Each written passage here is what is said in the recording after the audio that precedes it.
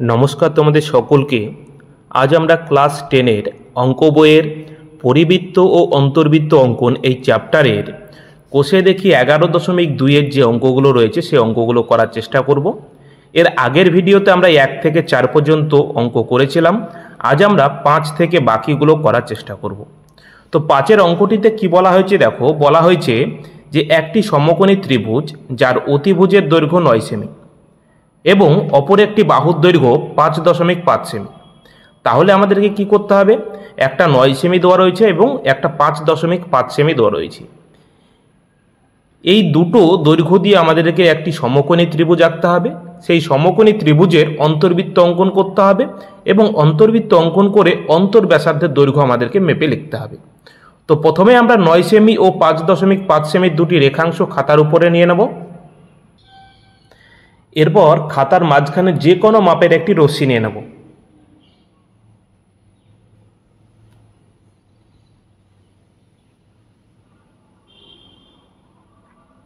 রশ্মিটির নাম দিয়ে দেবো আমরা বি আর এক্স। এখানে বি আর এখানে এক্স। এরপর যেহেতু আমাদেরকে একটি সমকোণী ত্রিভুজ আঁকতে বলেছে, তাই সমকোণী ত্রিভুজের একটি কোণ আমাদের 90 ডিগ্রি আঁকতে হয়।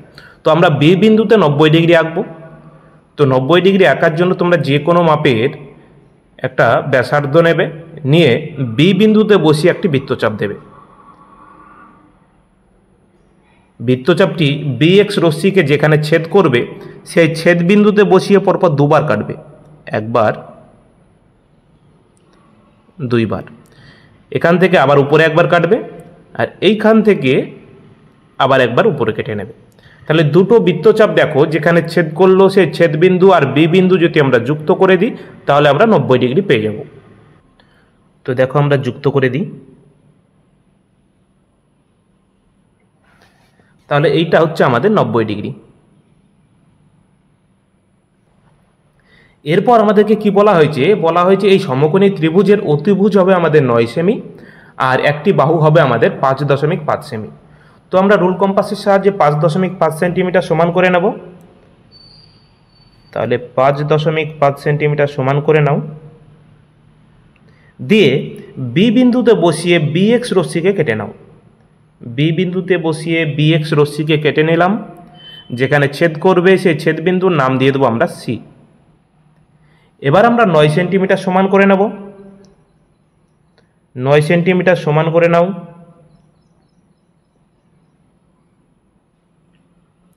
দিয়ে সি বিন্দুতে বসিয়ে একবার বৃত্তচাপ দিয়ে দাও। বৃত্তচাপ দিয়ে দিলে দেখো এইটা আমাদের ছোট হয়ে গেছে, এটাকে একটু বাড়িয়ে দাও। যেখানে ছেদ করবে সেই ছেদ বিন্দুর নাম দিয়ে দেবো আমরা এ। তাহলে এটাকে একটু বাড়িয়ে দাও।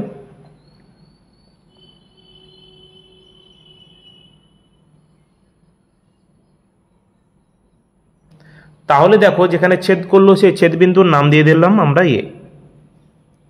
এবার আমরা এ আর সি যুক্ত করে দেব।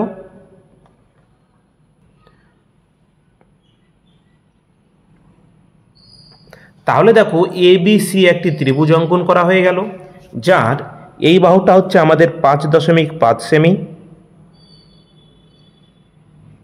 আর এইটা হচ্ছে আমাদের 9 সেমি। ঠিক আছে, এটা লিখে দিই 9 সেমি।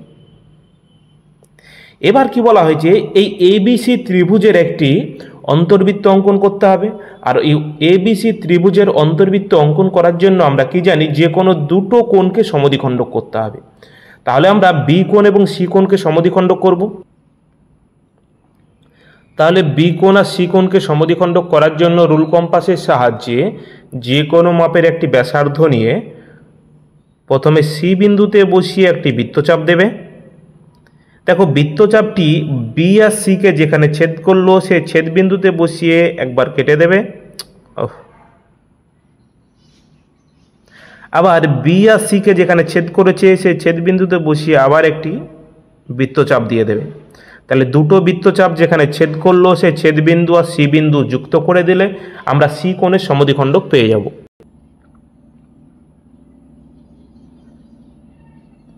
তো দেখো সি কোণের সমদ্বিখণ্ডক পেয়ে গেছি। এবার আমরা বি কোণের সমদ্বিখণ্ডক করব। তাহলে বি কোণের সমদ্বিখণ্ডক করার জন্য যে কোনো একটা মাপ নেবে। মাপ নিয়ে একটু বড় করে নিয়ে এটা, তাহলে মাপ নিয়ে এইখানে একটি বৃত্তচাপ দেবে। দেখো বৃত্তচাপটি বিসি বাহুকে যেখানে ছেদ করলো সেই ছেদবিন্দুতে বসিয়ে একবার কেটে দেবে। একইভাবে এবি বাহুকে যেখানে ছেদ করলো সেই ছেদবিন্দুতে বসিয়ে আবার একবার বৃত্তচাপ দিয়ে দেবে।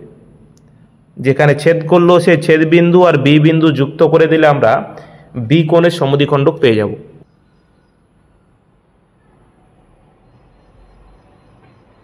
তো দেখো বি কোণের সমদ্বিখণ্ডক পেয়ে গেলাম। তাহলে দেখো এই এবিসি ত্রিভুজের বি কোণের সমদ্বিখণ্ডক আর সি কোণের সমদ্বিখণ্ডক একটা বিন্দুতে ছেদ করেছে, যেই বিন্দুর নাম দিয়ে দেবো আমরা ও। ও হচ্ছে আমাদের অন্তর্বৃত্তের কেন্দ্র। এবার ও বিন্দু থেকে আমরা কি করব, এই বিসি বাহুর ওপর একটি লম্ব অঙ্কন করব। তো লম্ব অঙ্কন করতে গেলে কি করতে হবে, রুল কম্পাসের সাহায্যে যে কোনো একটা মাপ নেবে, দিয়ে ও বিন্দুতে বসিয়ে এখানে একটি বৃত্তচাপ দেবে। বৃত্তচাপটি যাতে বিসি বাহুকে দুটো জায়গায় ছেদ করে, ঠিক আছে? তাহলে দুটো জায়গায় যাতে ছেদ করে, দেখো দুটো জায়গায় ছেদ করেছে। এবার এই ছেদবিন্দুতে বসিয়ে নিচে একটি বৃত্তচাপ দেবে। একইভাবে এই দিকে ছেদবিন্দুতে বসিয়ে আবার একবার বৃত্তচাপ দিয়ে দেবে। দেখো দুটো বৃত্তচাপ যেখানে ছেদ করলো সেই ছেদবিন্দু আর ও বিন্দু আমরা যুক্ত করে দেব। তাহলে যুক্ত করে দিই।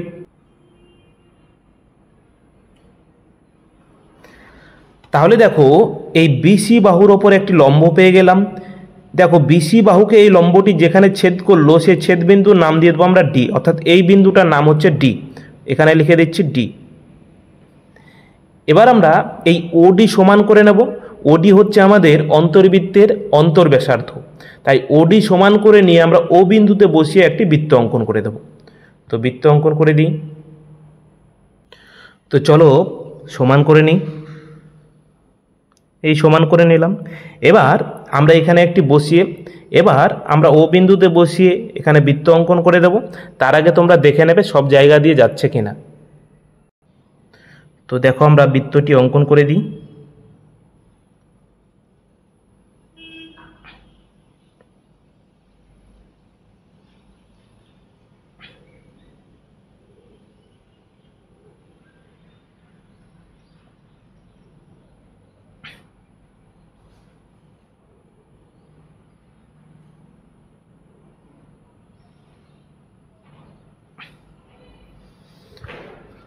তাহলে দেখো এই এবিসি ত্রিভুজের একটি অন্তর্বৃত্ত অঙ্কন করা হলো, যার ও হচ্ছে অন্তর্কেন্দ্র, ও থেকে ডি পর্যন্ত হচ্ছে আমাদের অন্তর্ব্যাসার্ধ।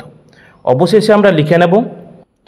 তো দেখো আমরা লিখে নিয়েছি, কি লিখেছি দেখো, এবিসি ত্রিভুজের অন্তর্বৃত্ত অঙ্কন করা হলো, যার অন্তর্কেন্দ্র ও এবং অন্তর্ব্যাসার্ধ ওডি সমান, এটা আমরা মেপে দেখে নেব কত হচ্ছে। তো ওডি সমান আমাদের কত হবে, 1.7 সেমি। তো আমরা এখানে লিখে দেবো যে 1.7 সেমি।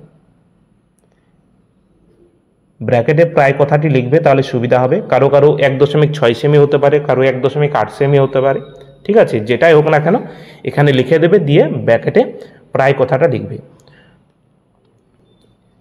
এবার আমরা পরের অঙ্কটি দেখে নেব। তো দেখো 6 অঙ্কটিতে কি বলা হয়েছে, 6 অঙ্কটিতে বলা হয়েছে একটি সমদ্বিবাহু ত্রিভুজ যার ভূমির দৈর্ঘ্য 7.8 সেমি এবং সমান বাহুর দুটির প্রত্যেকটির দৈর্ঘ্য 6.5 সেমি। তাহলে আমাদের কি করতে হবে, একটি সমদ্বিবাহু ত্রিভুজ আঁকতে হবে যার দুটো বাহু আমাদের দেওয়া রয়েছে, একটা ভূমিটা দেওয়া রয়েছে আর সমান বাহুর প্রত্যেকটা দৈর্ঘ্য আমাদেরকে কি বলা হয়েছে 6.5 সেমি। দিয়ে ত্রিভুজটি আঁকার পরে আমাদেরকে কী করতে হবে, অন্তর্বৃত্ত অঙ্কন করতে হবে। সেই অন্তর্বৃত্তের অন্তর্ব্যাসার্ধ মেপে আমাদেরকে লিখতে হবে। তো চলো প্রথমে আমরা 7.8 সেমি এবং 6.5 সেমির দুটি রেখাংশ খাতার উপরে নিয়ে নেব।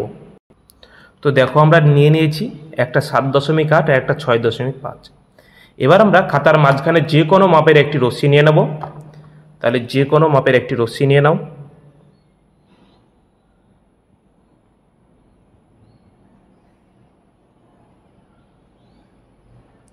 রশ্মিটির নাম দিয়ে দেবো আমরা বি আর এক্স, বি এবং এক্স। এরপর আমরা 7.8 সমান করে নেব। তাহলে 7.8 সমান করে নাও।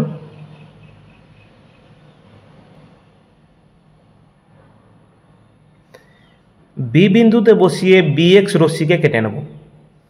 যেখানে ছেদ করলো সেই ছেদ বিন্দুর নাম দিয়ে দেবো আমরা সি। এরপর আমরা 6.5 সমান করে নেব। তাহলে 6.5 সমান করে নাও।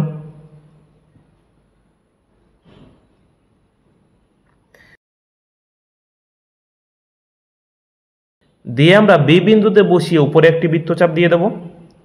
একইভাবে সি বিন্দুতে বসিয়ে আমরা উপরে একটি বৃত্তচাপ দিয়ে দেব। দুটো বৃত্তচাপ যেখানে ছেদ করলো সেই ছেদ বিন্দুর নাম দিয়ে দেবো আমরা এ। এবার আমরা এ আর বি যুক্ত করে দেব।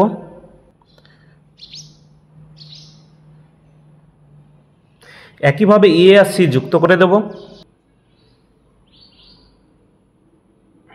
তাহলে দেখো এ বি সি একটি ত্রিভুজ অঙ্কন করা হয়ে গেল, যার ভূমি আমাদেরকে কি বলেছিল 7.8 এত সেমি, আর সমান দুটো বাহুর দৈর্ঘ্য আমাদেরকে বলা হয়েছিল 6.5 এত সেমি। এটা হচ্ছে 6.5। এবার এই ত্রিভুজের আমাদেরকে অন্তর্বৃত্ত অঙ্কন করতে হবে, আর অন্তর্বৃত্ত অঙ্কন করার জন্য যে কোনো দুটো কোণকে সমদ্বিখণ্ডক করতে হয়। তো আমরা কি করব, বি কোণ এবং সি কোণকে সমদ্বিখণ্ডক করব। তাই সি বিন্দুতে বসিয়ে যে কোনো একটা মাপ নেবে, ঠিক আছে, দিয়ে সি বিন্দুতে বসিয়ে একটা বৃত্তচাপ দিয়ে দেবে। বৃত্তচাপটি দেখো বিসি বাহুকে যেখানে ছেদ করলো সেই ছেদ বিন্দুতে বসিয়ে এ একবার কাটবে, আর এসি বাহুকে যেখানে ছেদ করলো সেই ছেদ বিন্দুতে বসিয়ে আবার একবার কেটে নেবে। একইভাবে এটাও তাই করবে। এখানে কি করবে, যে কোনো মাপের একটা বৃত্তচাপ দিয়ে দেবে। দেখো যেখানে ছেদ করলো সেই ছেদ বিন্দুতে বসিয়ে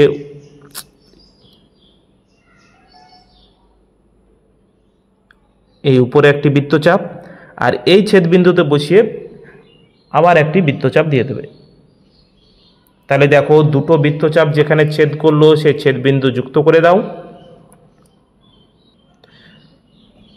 তো দেখো এই যুক্ত করে দিলাম। একইভাবে এটাও যুক্ত করে দেব।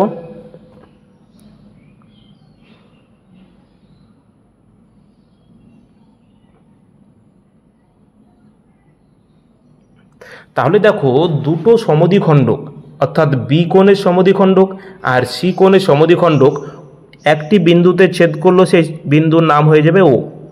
ও থেকে এবার আমরা কি করব, বিসি বাহুর ওপর একটি লম্ব অঙ্কন করব।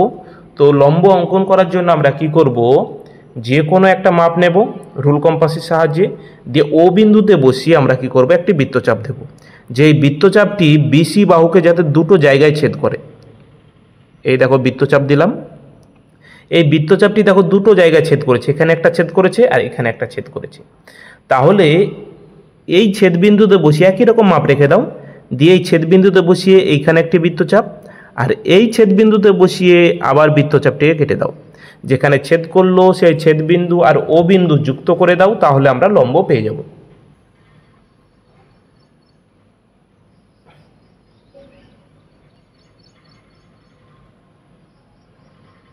তাহলে দেখো এই বিসি বাহুর ওপর একটি লম্ব অঙ্কন করলাম। লম্বটি দেখো বিসি বাহুকে যেখানে ছেদ করলো সেই ছেদবিন্দুর নাম দিয়ে দেবো আমরা ডি। ওই ও আর ডি হচ্ছে আমাদের যে অন্তর্বৃত্তটি অঙ্কন করব সেই অন্তর্বৃত্তের আমাদের অন্তর্ব্যাসার্ধ। এবার ও ডি আমরা সমান করে নেব রুল কম্পাসের সাহায্যে, দিয়ে ও বিন্দুতে বসিয়ে একটি বৃত্ত অঙ্কন করে দেব। তাহলে ও ডি আমরা সমান করে নিই। তাহলে ও ডি সমান করে নাও, দিয়ে ও বিন্দুতে বসিয়ে একটি বৃত্ত অঙ্কন করে দাও। তার আগে দেখে নেবে সব জায়গা দিয়ে যাচ্ছে কিনা। তো দেখো আমরা